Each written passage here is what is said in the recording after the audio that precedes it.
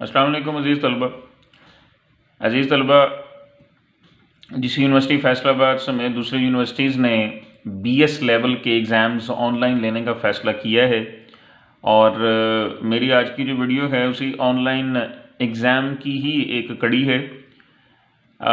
मैं भी आज से अपने चैनल के ऊपर एमसीक्यूज़ की शक्ल में वीडियोस पोस्ट करूंगा अपने बीएस के स्टूडेंट्स के लिए, क्योंकि मैं जानता हूं कि बीएस अंग्रेज़ी का जो सिलेबस है वहाँ पर तो ज़ाहिर है इंग्लिश ग्रामर का होना ज़रूरी है, लेकिन इसके अलावा जो बाकी बीएस के प्रोग्राम है वहाँ पर भी फंक्शनल इंग्लिश को लाजमी तौर पर पढ़ाया जाता है। और मेरे ये जो फंक्शनल इंग्लिश के एमसीक्यूज़ होंगे ये आपको ऑनलाइन एग्ज़ाम की तैयारी करवाएंगे और इंशाल्लाह ताला इंग्लिश ग्रामर के हवाले से आपके बहुत सारे कॉन्सेप्ट्स को भी ठीक करेंगे। आज मैं उस हवाले से फंक्शनल इंग्लिश के सिलसिले की पहली वीडियो आज पोस्ट कर रहा हूँ और उम्मीद करता हूँ कि इन वीडियोज़ से आपको इंशाल्लाह ताला कुछ फ़ायदा भी होगा।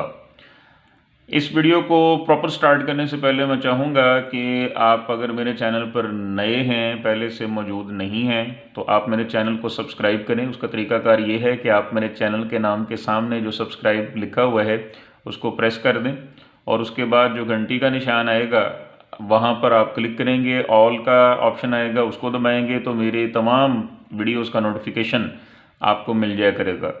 जी जनाब, आज हम शुरू करते हैं। ये फ़िलहाल मैं आपके सामने 25 एमसीक्यूज़ फंक्शनल इंग्लिश के हवाले से पेश कर रहा हूँ जो तमाम के तमाम बेसिक आइडियाज़ पर ही मुश्तमिल हैं, बेसिक कंसेप्ट्स पर ही मुश्तमिल हैं और जो भी इनमें चीज़ें ज़्यादा ही मुश्किल हैं उनको फिर अलग से भी मैंने सॉल्व किया हुआ है, वो फिर मैं साथ साथ आपको इंशाल्लाह वो भी बताता जाऊँगा। तो हम मूव करते हैं जनाब अपनी पहली ऑप्शन की तरफ।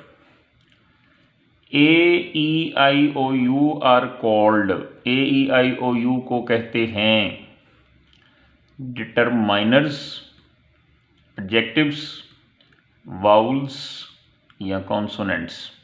तो हम सब जानते हैं, ये तो बड़े मशहूर हैं कि AEIOU के इनको हम वाउल्स कहते हैं यानी कि हरूफ इल्लत। अच्छा, बाज़ लोग इसकी जो प्रोनाउंसिएशन करते हैं वो करते हैं जनाब इसकी प्रोनाउंसिएशन वो जनाब करते हैं वॉवल्स, तो ये वॉवल्स नहीं है, ये लफ्ज़ है जी वाउल्स। नेक्स्ट है जी AND आर कॉल्ड, AND को क्या कहते हैं, ये भी बहुत मशहूर है। तो इनको क्या इनको कहते हैं जी, पार्टिकल्स कहते हैं, क्या इनको पार्ट्स ऑफ स्पीच कहते हैं, क्या इनको प्रेपोजिशंस कहते हैं, क्या या इनको आर्टिकल्स कहते हैं। तो ये बहुत मशहूर है, हम सब जानते हैं जी इनको आर्टिकल्स कहते हैं। अच्छा, मैं ये भी प्यारे दोस्तों आपको बात बता दूं कि आर्टिकल्स को आप पार्ट्स ऑफ स्पीच में कभी शामिल मत कीजिएगा। पार्ट्स ऑफ स्पीच और चीज़ है, आर्टिकल्स और चीज़ हैं। यानी कि पार्ट्स ऑफ स्पीच में पहले लोग आर्टिकल्स को भी शामिल करते रहे हैं, लेकिन ये पार्ट्स ऑफ स्पीच का हिस्सा नहीं है, ये पार्ट ऑफ स्पीच नहीं है। जी जनाब, नेक्स्ट चलते हैं। बिसाइड्स वाउल्स, वाउल्स के अलावा there are dash in alphabet of English language. Vowels के अलावा अंग्रेज़ी ज़ुबान के हरूफ तहज्जी में डैश होते हैं। अब वाउल्स के अलावा क्या होते हैं जी, वो भी देख लेते हैं। पार्टिसिपल्स, जिरंड्स, कॉन्सोनेंट्स या इन्फिनिटिव्स। तो सही ऑप्शन है जी कॉन्सोनेंट्स, थर्ड ऑप्शन सही है। तो अंग्रेज़ी ज़ुबान में मैंने आपको बताया, आप पहले भी जानते हैं कि 26 लेटर्स होते हैं, ABCZ तक गिने तो 26 हैं और इनमें जो AEIOU हैं इनको आप निकाल लेंगे, ये वाउल्स हैं और इनके अलावा जो बाकी के बचेंगे अंग्रेज़ी के हरूफ वो होंगे, अभी हमने पढ़ा, उनको हम कॉन्सोनेंट्स कहेंगे। तो ये जनाब हो गया हमारा थर्ड MCQ। चौथे की तरफ चलते हैं जी। How many forms of English alphabet are there, how many forms of English alphabet are there, अंग्रेज़ी हरूफ तहज्जी की कितनी शक्लें हैं।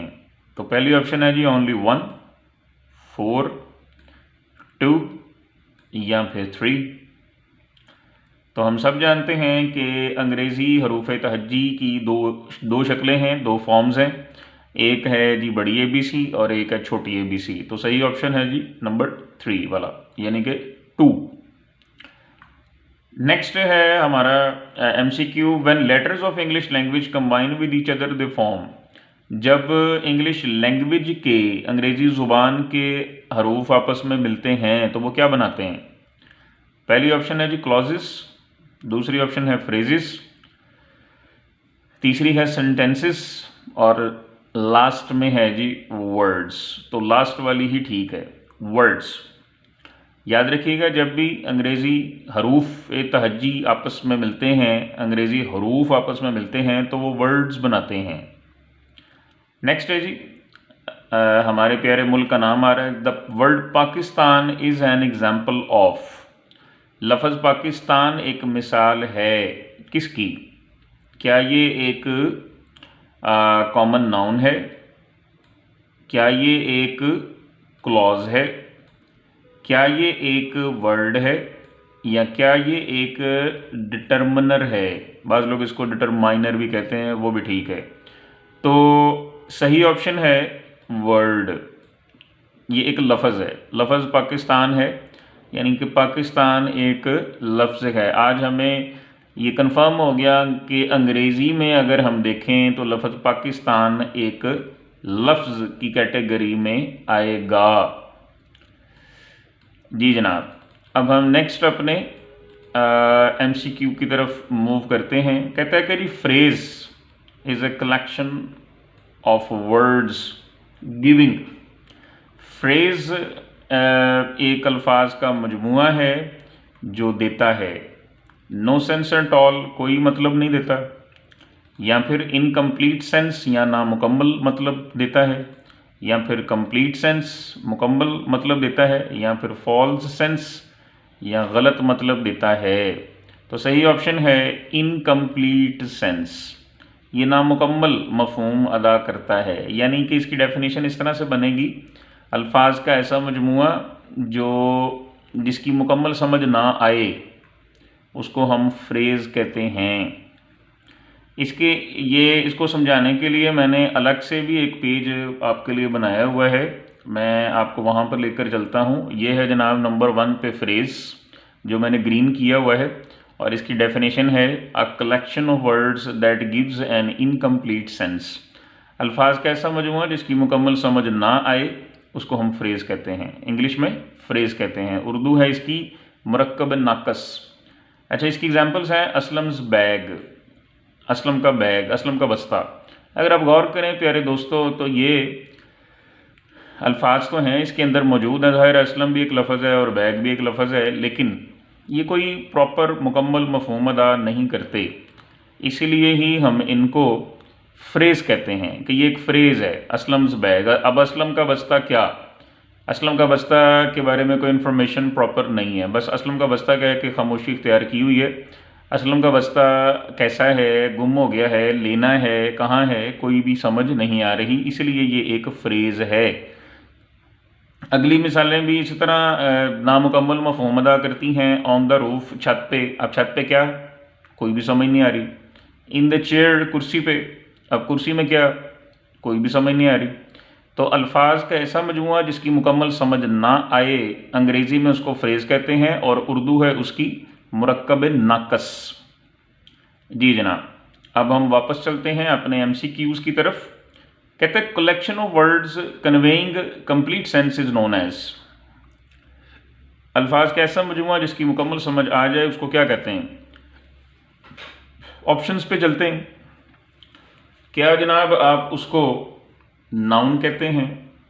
क्या आप उसको एडवर्ब कहते हैं? क्या आप उसको सेंटेंस कहते हैं? या क्या आप उसको फ्रेज कहते हैं? तो इसका सही जवाब होगा जनाब सेंटेंस कहते हैं जी, उसको हम सेंटेंस कहते हैं। यानी अल्फाज का ऐसा मजमुआ जिसकी मुकम्मल समझ आ जाए उसको हम सेंटेंस कहते हैं। नेक्स्ट ऑप्शन पे चलते हैं। कहते हैं what is subject mostly in active voice sentences. Active voice sentences में सब्जेक्ट जो है वो ज़्यादातर क्या करता है, ज़्यादातर वो क्या रोल अदा करता है, वो ज़्यादातर वो क्या है? अच्छा, मैं आपको बता दूं प्यारे दोस्तों कि जब भी हम टेंसेस करते हैं तो वहाँ पर याद रखिएगा 2 तरह के जुमले हम हैंडल करते हैं। एक जुमले होते हैं, 2 शक्लों में जुमले होते हैं। एक शक्ल होती है एक्टिव वॉइस और एक शक्ल होती है पैसिव वॉइस। और दोनों में फ़र्क ये होता है कि एक्टिव वॉइस में काम करने वाला बड़ा एक्टिवली काम करता है, और पैसिव वॉइस जुमलों में काम करने वाला एक्टिवली काम नहीं करता है, उसको ज़्यादा अहमियत नहीं दी जाती। ज़्यादा अहमियत काम को दी जाती है या ज़्यादा अहमियत जिस चीज़ पर काम हो रहा होता है उसको दी जाती है। तो यहाँ पर एक्टिव वॉइस की बात हो रही है कि एक्टिव वॉइस में सब्जेक्ट क्या करता है। तो जाहिर है एक्टिव वॉइस में सब्जेक्ट एक्टिव होता है, तो यहाँ पर वो काम करता है। अभी देख भी लेते हैं, क्या वो डूअर है एक काम का, क्या वो रिसीवर है एक काम का, क्या वो कन्वर्टर है काम का यानी काम को चेंज करने वाला है, या क्या वो डिस्ट्रॉयर है एक काम का, क्या वो काम को तबाह कर देता है। तो सही ऑप्शन है पहली वाली कि डूअर ऑफ एन एक्शन, कि वो एक काम को करने वाला होता है। याद रखिएगा प्यारे दोस्तों कि एक्टिव वॉइस जुमलों में सब्जेक्ट बहुत एक्टिवली काम करता है, इसलिए हम उनको एक्टिव वॉइस कहते हैं। पैसिव वॉइस जुमलों में सब्जेक्ट एक्टिवली काम नहीं करता, अब बस ये शो किया जाता है कि ठीक है उसने काम किया है, लेकिन एक्टिवली काम उसने नहीं किया। तो इस पर भी मैंने एक छोटा सा पॉइंट आपके लिए तैयार किया हुआ है, मैं वो आपके साथ शेयर करता हूँ। आप ज़रा नंबर 2 वाली पट्टी देखिएगा, 2 लिखा हुआ है, role of subject in an active voice sentence. एक एक्टिव वॉइस जुमले में सब्जेक्ट का किरदार, तो वो आगे लिखा हुआ है, छोटा सा है, मैं आपको इसको ब्लू कर देता हूँ। Doer of an action, active voice जुमले में सब्जेक्ट जो होता है वो काम करने वाला होता है। इसकी मैंने कुछ मिसालें पीले कलर में दी हैं, या ये ज़रा देखिएगा, ही गोज़ टू स्कूल, वो स्कूल जाता है। तो यहाँ पर जो ही है वो एक्टिवली काम कर रहा है, वो सब्जेक्ट है और वो स्कूल जाता है। आई एट एन एप्पल, मैंने एक सेब खाया। अब ये भी एक एक्टिव वॉइस जुमला है और यहाँ पर आई बहुत एक्टिवली काम कर रहा है, सेब खा रहा है। सेल्फिश पीपल, ये इस जुमले में सब्जेक्ट है। तीसरे में लव, प्यार करते हैं। द साउंड, आवाज़ से, ऑफ जैंगलिंग क्वाइंस, खनकते सिक्कों की। तो सारे जुमले का बनेगा, खुदगर्ज लोग खनकते सिक्कों की आवाज़ से प्यार करते हैं। तो यहाँ पर जो सेल्फिश पीपल है ये सब्जेक्ट है, ये एक्टिव वॉइस का जुमला है और इसमें सेल्फिश पीपल देखें कितनी एक्टिवली काम कर रहे हैं, कि वो एक्टिव हैं। एक्टिवली का क्या काम करते हैं, वो खनकते सिक्कों की आवाज़ से प्यार करते हैं। तो याद रहे, दोबारा दोहराता हूँ, एक्टिव वॉइस जुमलों में सब्जेक्ट बहुत एक्टिवली काम करता है और किसी भी काम का डूअर होता है। जी जनाब, अब हम वापस चलते हैं अपने नेक्स्ट एमसीक्यू की तरफ। जी मज़ीद इसको ऊपर कर लेते हैं। What is focused most in passive voice sentences, passive voice sentences में किस चीज़ के ऊपर ज़्यादा फोकस है। अगर एक्टिव वॉइस में ज़्यादा फोकस है सब्जेक्ट के ऊपर, काम करने वाले के ऊपर, तो देखते हैं कि पैसिव वॉइस जुमलों में किस चीज़ के ऊपर ज़्यादा फोकस है। याद रखिएगा कि पैसिव का मतलब होता है सुस्त। तो एक बात तो समझ में आती है कि यहाँ पर सब्जेक्ट तो पैसिव है, अब फिर किन दूसरी या तीसरी या किन ज़्यादा चीज़ों के ऊपर फोकस्ड है वो हम देख लेते हैं, कौन सी बाकी की चीज़ें फोकस्ड हैं। दी ऑब्जेक्ट है, क्या ज़्यादा ऑब्जेक्ट पर फोकस होता है। ऑब्जेक्ट आप जानते हैं कि हर वो चीज़ या हर वो समझ लें कि कोई चीज़ है, कोई जगह है, कोई शख्स है जो काम को रिसीव करता है, काम जिसके ऊपर होता है, तो हम उसको ऑब्जेक्ट कहते हैं। तो क्या पैसिव वॉइस जुमलों में ऑब्जेक्ट को ज़्यादा अहमियत दी जाती है या फिर सब्जेक्ट को। सब्जेक्ट तो हो नहीं सकता, वो तो एक्टिव वॉइस में एक्टिव होता है, पैसिव वॉइस में वो नहीं हो सकता। तो क्या ये काम है, तो या फिर बोथ ए एंड सी, यानी कि वो ऑब्जेक्ट भी है और वो काम भी है जिसको पैसिव वॉइस में ज़्यादा अहमियत दी जाती है। तो जी हाँ, यही सही ऑप्शन है कि पैसिव वॉइस के जुमलों में ज़्यादा अहमियत काम को दी जाती है और जिस पर काम होता है उसको दी जाती है। काम करने वाले को ज़्यादा अहमियत और ज़्यादा फोकस नहीं मिलता। इसके ऊपर भी मैंने एक छोटा सा पॉइंट आपके लिए अलग से बनाया हुआ है, वो मैं आपके साथ शेयर कर देता हूँ। थर्ड पे देखिएगा, कहते हैं what is focused most in passive voice sentences. Passive voice sentences में ज़्यादा तवज्जो किन चीज़ों पर दी जाती है। तो दो चीज़ें हैं, वर्ब एंड ऑब्जेक्ट, काम और जिस पर काम किया जाए। आपको दो जुमले भी दिए हैं ताकि आप समझ जाएं, ये पैसिव वॉइस के जुमले हैं। An apple was eaten by me, मेरे ज़रिए से एक सेब खाया गया। अब आप देखें कि मैं यहाँ पर पैसिवली काम कर रहा हूँ, यानी अगर ये होता है कि जी मैंने सेब खाया तो फिर मैं एक्टिवली काम कर रहा हूँ क्योंकि वो एक्टिव वॉइस का जुमला है। लेकिन ये है कि मेरे ज़रिए, मेरे से सेब खाया गया, मेरे ज़रिए से सेब खाया गया, यानी कि ऐसे लगता है जैसे मुझे सेब ज़बरदस्ती खिलाया गया है, मैंने अपनी मर्ज़ी से ये काम नहीं किया। और यहाँ पर अगर आप गौर करें तो यहाँ पर बाय मी को मैंने ब्लू किया हुआ है क्योंकि बाय मी जो है वो यहाँ पर ऑब्जेक्ट का काम करता है। बाय मी, वहाँ पर एक्टिव वॉइस में जो भी सब्जेक्ट होता है वो पैसिव वॉइस में ऑब्जेक्ट बन जाता है, तो ये यहाँ पर ऑब्जेक्ट है।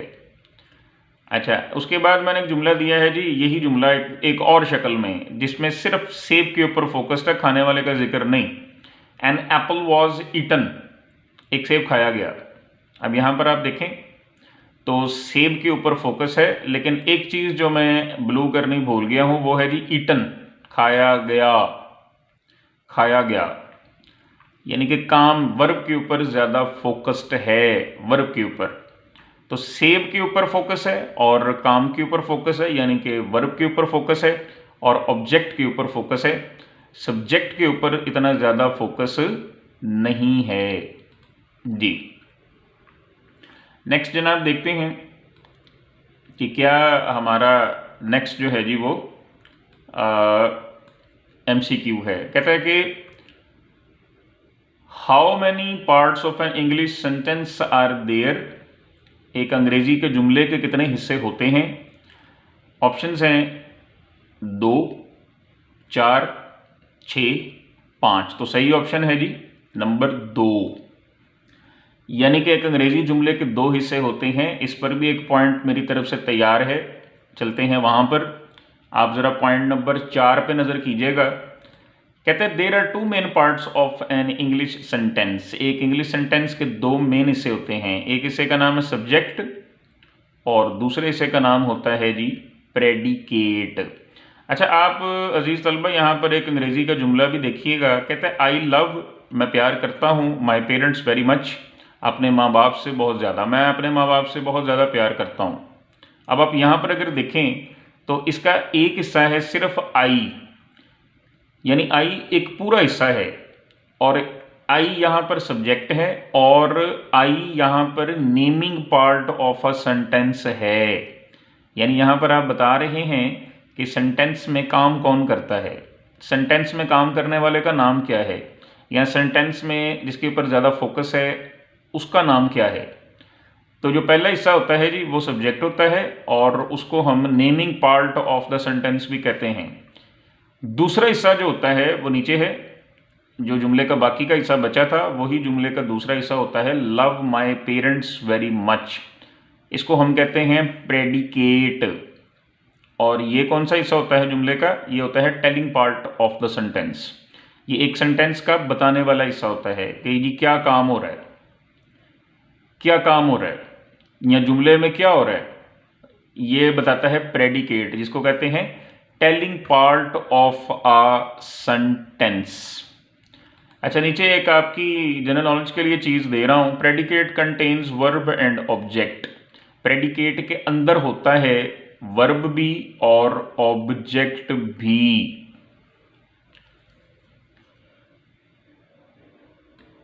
जी जनाब, तो हम मूव करते हैं अपने नेक्स्ट MCQ की तरफ और देखते हैं कि अब हमारे सामने कौन सा MCQ आता है।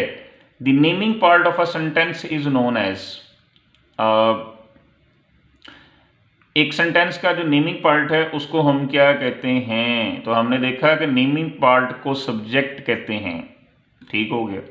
The telling part of a sentence is known as, एक जुमले का जो बताने वाला हिस्सा होता है, जो इन्फॉर्मेशन देने वाला हिस्सा होता है, उस हिस्से को क्या कहते हैं, क्या ऑब्जेक्ट कहते हैं, क्या सब्जेक्ट कहते हैं, क्या प्रेडिकेट कहते हैं या प्रोनाउन कहते हैं। तो हमने देखा कि जुमले का वो हिस्सा जो कोई इन्फॉर्मेशन देता है उस हिस्से को हम प्रेडिकेट कहते हैं। तो एक अंग्रेजी जुमले के 2 मेन हिस्से होते हैं। नंबर 1 हिस्सा होता है जी सब्जेक्ट और नंबर 2 हिस्सा होता है प्रेडिकेट। सब्जेक्ट को कहते हैं naming part of the sentence और प्रेडिकेट को कहते हैं telling part of the sentence. जी जनाब, हम नेक्स्ट अपने एमसीक्यू की तरफ चलते हैं। ये एमसीक्यू क्या है जी? एमसीक्यू स्किप हो गया, हम इसको नीचे कर लेते हैं जनाब। एमसीक्यू है what is he in the following sentence. नीचे दिए गए जुमले में ही क्या है, और नीचे दिया गया जुमला जनाब ये है, ही इज़ अ डॉक्टर, वो एक डॉक्टर है। अब यहाँ पर ही क्या है, तो मेरा ख्याल है कि अब आपको कॉन्सेप्ट हो गया होगा कि ही क्या है। ऊपर ऑप्शन मौजूद हैं, क्या ये एक सब्जेक्ट है, क्या ये एक ऑब्जेक्ट है, क्या ये वर्ब है, क्या ये प्रेडिकेट है। तो जनाब सही ऑप्शन है सब्जेक्ट है, ये एक सब्जेक्ट है, ये फिक्रे का नेमिंग पार्ट है। नेक्स्ट एमसीक्यू की तरफ चलते हैं। The part of an English sentence expressing an action is.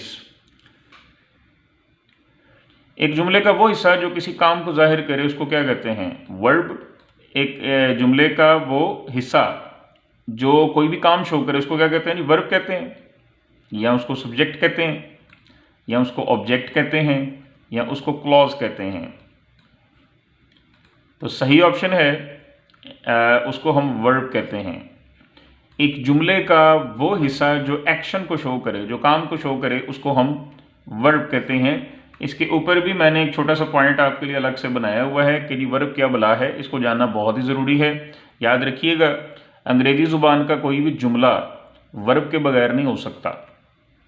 तो वर्ब क्या है? A word that expresses an action, एक लफ्ज़ जो एक एक्शन को शो करे, मूवमेंट, हरकत को शो करे, और existence of a subject, noun और प्रोनाउन, या किसी भी सब्जेक्ट की, किसी भी नाउन की, किसी भी प्रोनाउन की मौजूदगी को जाहिर करे, उसको हम वर्ब कहते हैं। तो वर्ब ये सारी चीज़ें शो करता है, एक्शन काम को, मूवमेंट हरकत को, एग्जिस्टेंस मौजूदगी को। मिसाल देखते हैं जी क्या है मिसालें। Birds fly in the air, परिंदे हवा में उड़ते हैं, तो ये काम है। They are laughing at their own mistake, वो अपनी गलती पे हंस रहे हैं। अच्छा ये देखें कि वो अपनी गलती पे हंस रहे हैं लेकिन एक जगह से दूसरी जगह मूव नहीं कर रहे, तो ये मूवमेंट है, बैठे बैठे हंस रहे हैं। There are 4 chairs in the room, कमरे में 4 कुर्सियाँ मौजूद हैं। अब कुर्सियाँ ना हरकत करती हैं, ना कोई वो फासला तय कर सकती हैं, वो तो अपनी जगह बस पड़ी हैं, बेजान है। तो ये जो यहाँ पर आर हैं, ये उनकी, ये एक वर्ब है, और ये 4 कुर्सियों की मौजूदगी को शो करता है।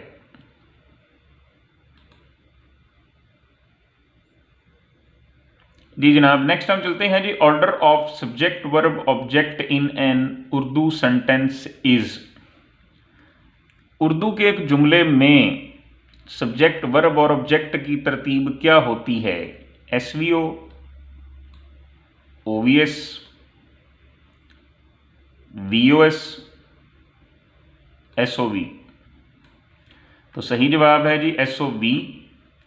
इस पर भी एक पॉइंट मैंने आपके लिए छोटा सा तैयार किया है, वो मैंने अपने एमसीक्यू को सम अप किया है कि उर्दू जुमले में सब्जेक्ट वर्ब ऑब्जेक्ट इस तरह से होते हैं जी एसओवी, और अंग्रेज़ी जुमले में ये इस तरह से होते हैं एसवीओ। अच्छा, आप कोई भी उर्दू का जुमला लिखें, मैं आपको एक जुमला बताता हूँ। मैं खाना खाता हूँ। अब आप जानते हैं कि मैं सब्जेक्ट है, खाना ऑब्जेक्ट है, खाता हूँ वर्ब है। तो आप अगर इसको उर्दू की साइड से लिखना शुरू कर दें तो ये बन जाएगा SOV, और इंग्लिश में इसका तर्जुमा होगा आई ईट फूड। आई सब्जेक्ट है तो पहले S आएगा, ईट वर्ब है तो फिर V आएगा, फूड ऑब्जेक्ट है तो फिर O आएगा। तो लिहाजा उर्दू में इनकी तरतीब ये होती है SOV, और इंग्लिश में इनकी तरतीब ये होती है SVO। इस पर बाकायदा मेरे चैनल पर एक बहुत अच्छी वीडियो भी मौजूद है। एक टिप है जो आपको ट्रांसलेशन में भी हेल्प करेगी, टेंसेस वगैरह में बहुत ज़्यादा हेल्प करेगी। वो आपने वीडियो अगर देखनी है तो वो मेरे चैनल पर मौजूद है। जी। उसके बाद नीचे वाला एमसीक्यू भी मैंने आपको बता दिया कि जी इंग्लिश सेंटेंस में सब्जेक्ट वर्ब ऑब्जेक्ट की जो तरतीब होती है वो ये होती है। थर्ड ऑप्शन है जी SVO, यानी उर्दू में होती है SOV और इंग्लिश में होती है SVO। नेक्स्ट देखें। नेक्स्ट है जी ऑब्जेक्ट के बारे में। Direct object usually refers to, direct object जो होता है वो ज़्यादातर इशारा करता है या बताता है एक चीज़ को, एक जानवर को, एक शख्स को या किसी खलाई मखलूक को। तो सही ऑप्शन है जी चीज़ को। मैं भी इसको एक्सप्लेन भी कर दूंगा, मेरे पास इसके बारे में भी अलग से एक पॉइंट बना हुआ है। Indirect object refers to, indirect object जो है वो किसकी तरफ इशारा करता है? A person, a thing, many things, abstract things. Abstract things होती हैं जो नज़र नहीं आती, क्या उनको इशारा करता है? तो सबसे पहले तो प्यारे दोस्तों, एक तो मैं आपको पॉइंट की तरफ लेकर जाता हूं, लेकिन मैं सबसे पहले आपको एक चीज़ बताता हूं, ऑब्जेक्ट क्या होता है। अंग्रेज़ी ज़ुबान में ऑब्जेक्ट वो चीज़ होती है जो किसी भी काम को रिसीव करती है। यानी कि मिसाल है, मैं खाना खाता हूँ, तो यहाँ पर मैं खाना खा रहा हूँ, मैं खाने का काम कर रहा हूँ। किस पे काम करता हूँ मैं? खाने का, खाने पर यानी खुराक पर। तो खुराक पे काम कर रहा हूँ, तो खुराक मेरा ऑब्जेक्ट है। तो अब ऑब्जेक्ट के बारे में है कि जी वो दो तरह के होते हैं, डायरेक्ट ऑब्जेक्ट भी होते हैं और इनडायरेक्ट ऑब्जेक्ट भी होते हैं। अब डायरेक्ट ऑब्जेक्ट कौन से होते हैं? याद रहे, जो भी ऑब्जेक्ट्स आपके काम को डायरेक्ट वसूल करते हैं वो डायरेक्ट ऑब्जेक्ट्स हैं, और जो भी आपके काम को डायरेक्ट वसूल नहीं करते, इनडायरेक्टली वसूल करते हैं, वो इनडायरेक्ट ऑब्जेक्ट बन जाते हैं। अब जो डायरेक्ट ऑब्जेक्ट होते हैं ना, वो ज़्यादातर चीज़ें होती हैं जो हमारे काम को वसूल करती हैं, रिसीव करती हैं। और इनडायरेक्ट जो ऑब्जेक्ट होते हैं वो ज़्यादातर लोग होते हैं जो हमारे काम को वसूल करते हैं इनडायरेक्टली, या फिर जिनके लिए हम कोई काम करते हैं। इसको समझ भी लेते हैं। कहते हैं there are two types of object. Object दो तरह के होते हैं, याद रहे। ऑब्जेक्ट ज़्यादा तरह के भी होते हैं, लेकिन ज़्यादा फोकस में और ज़्यादा मशहूर जो हैं वो दो हैं। डायरेक्ट ऑब्जेक्ट होता है, direct object refers to a thing, वो मैं बता चुका हूँ आपको कि ये एक चीज़ की तरफ इशारा करते हैं। ही बॉट अ बुक, उसने एक किताब खरीदी। तो यहाँ पर जो आ बुक है, डायरेक्ट उस पर काम हुआ, उसको खरीदा गया, तो वो डायरेक्ट ऑब्जेक्ट है। और आप जानते हैं किताब एक चीज़ है। इनडायरेक्ट ज़्यादातर उन लोगों की तरफ इशारा करता है जिनको हम कुछ देते हैं या जिनके लिए हम कुछ करते हैं, वो ज़्यादातर इंसान होते हैं। तो याद रहे, डायरेक्ट ऑब्जेक्ट ज़्यादातर चीज़ें होती हैं और इनडायरेक्ट ऑब्जेक्ट ज़्यादातर इंसान होते हैं। अब देखते हैं मिसाल। I gave him a book, मैंने उसको एक किताब दी। यहाँ पर आप देखें, hair him is an indirect object. अब हिम जो है उसे, वो एक यहाँ पर इनडायरेक्ट ऑब्जेक्ट है। देखें, मैंने उसको एक किताब दी है ना, तो सबसे पहले मैंने अपने हाथ में पकड़ी है किताब, तो किताब हो गया जी मेरा डायरेक्ट ऑब्जेक्ट, क्योंकि सबसे पहले मैं उसको टच कर रहा हूँ। और फिर वो पकड़ के मैंने दी है उसको, तो वो हो गया मेरा, उसको हो गया मेरा indirect object.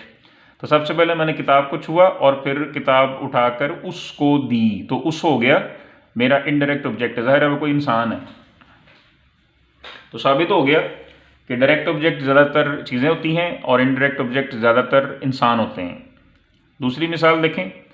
He bought her a dress, उसने उस लड़की को एक ड्रेस खरीद कर दिया। तो यहाँ पर जो हर होगा वो एक इनडायरेक्ट ऑब्जेक्ट होगा, क्योंकि ज़ाहिर है उसने खरीद कर ड्रेस उस लड़की को दिया है। तो सबसे पहले तो उस बंदे ने ड्रेस को हाथ लगाया ना, सबसे पहले तो ड्रेस खरीदा, तो ड्रेस हो गया उसका डायरेक्ट ऑब्जेक्ट और लड़की हो गई उसका इनडायरेक्ट ऑब्जेक्ट। जी, अ वर्ड। नेक्स्ट चलते हैं जी एमसीक्यू की तरफ। A word which gives a vowel sound is आ, एक लफ्ज़ जो वाउल की आवाज़ दे उसको हम क्या कहते हैं? उसको हम सिलेबल कहते हैं, या उसको हम एक रूट वर्ब कहते हैं यानी वर्ब की पहली फॉर्म, या उसको हम जिरंड कहते हैं यानी वर्ब की पहली फॉर्म और आईएनजी, या उसको हम कंपोजिशन कहते हैं जी। कोई भी कंपोजिशन, कोई भी अंग्रेज़ी की बनावट, कोई भी अंग्रेज़ी की चीज़ लिखी हुई। तो देखते हैं कि कोई भी लफ्ज़ जो एक वाउल की साउंड देता है उसको हम क्या कहते हैं जनाब? उसको हम सिलेबल कहते हैं, सिलेबल। अच्छा, ये सिलेबल की थोड़ी सी रफ सी डेफिनेशन है इसके ऊपर अलग से मैंने एक पॉइंट आपके लिए बनाया हुआ है, वहाँ पर आपको लेकर जा रहा हूँ कि सिलेबल कहते किसको हैं। नंबर 7 पे ज़रा देखिएगा, इसको मैं मज़ीद ऊपर भी कर देता हूँ ताकि ये वाज़िह रहे। Number 7 syllable, the part of a word, एक लफ्ज़ का हिस्सा, कोई भी अंग्रेज़ी का लफ्ज़ है उसका कोई हिस्सा, uttered with single movement of the tongue, जो ज़ुबान की एक हरकत से बोला जाए, इज़ कॉल्ड सिलेबल, उसको हम सिलेबल कहते हैं। यानी जब भी कोई भी लफ्ज़ है, अगर तो वो सारा लफ्ज़ ही ज़ुबान की एक हरकत से ही अदा हो गया तो वो हम कहेंगे जी उसको मोनोसिलेबल। अगर उसको बोलने में हमें अपनी ज़ुबान को 2 हरकतें देनी पड़ेंगी तो वो हो जाएगा डाइसिलेबल। और अगर किसी लफ्ज़ को बोलने में हम 3 दफ़ा ज़ुबान को हरकत देंगे तो फिर वो हो जाएगा ट्राइसिलेबल। यार ये ज़ाहिर है सिलसिला बढ़ भी सकता है।